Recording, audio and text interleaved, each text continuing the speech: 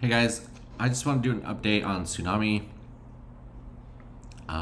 Yesterday I posted a video. It was up for 3-4 hours. Basically, I created the video and then went out with the family and did some stuff and came back and saw all the stuff about the rug pull. So right after I did that deposit on that video, it got rugged. And this was a legitimate rug. It wasn't just people all sold out or anything. But what happened is the the owners of this thing, they're not the ones that rugged it. So a lot of these dApps, what happens is the owner has an idea, they find a developer, the developer creates it. The owner, sometimes isn't that technical or understand what's going on, and you're kind of at the mercy of the developers. So this guy, put a bunch of money into this thing. When you create your own token, it has to have backing. It has to have liquidity. So he paid for the development. He paid for building out the website.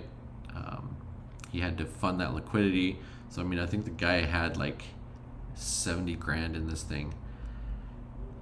Paid the developers, and the way projects work in the development world is usually you pay like a deposit up front. It's sometimes like half of the project up front, and then there's either milestones met along the way with more money going to developers, and then at the end, when everything's done, wrapped up, and finished, you make the final payment. So the owner made the final payment on this thing, and as soon as they did, these guys used a backdoor script that they built that obviously a lot of these things, when there's not, it's not audited, it doesn't have anything going on. So these guys are just startup, and what happens is these guys used a script to basically drain the contract. The developers did, and left the owner high and dry.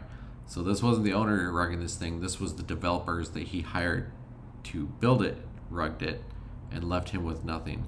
So basically, yanked 70,000 from him. Yeah, I don't know. Yeah. So if you are going to build something, and you're going to hire developers, I would highly suggest finding somebody. You don't have to do like a full audit. You can find security guys. I found a good one I can link to that does audits. It only took half an hour for him to look through a script and be like, hey, I'll run some automated tests and see if I find anything. Yeah, if you guys are interested, I can leave a link. I just don't want to overwhelm the guy because I found him once and he was the good guy, U.S. based, and cost me like $50 just to spend 15-20 minutes to look through a contract.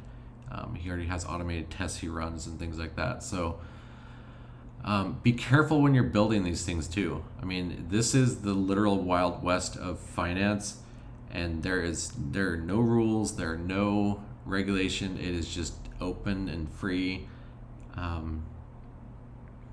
And it's hard to hold people accountable. So you have to be very aware and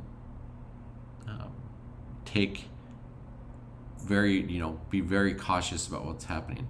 It is worth spending an extra 100 or 200 if you have to have a third party look over what people have built for you and understand the risks behind it.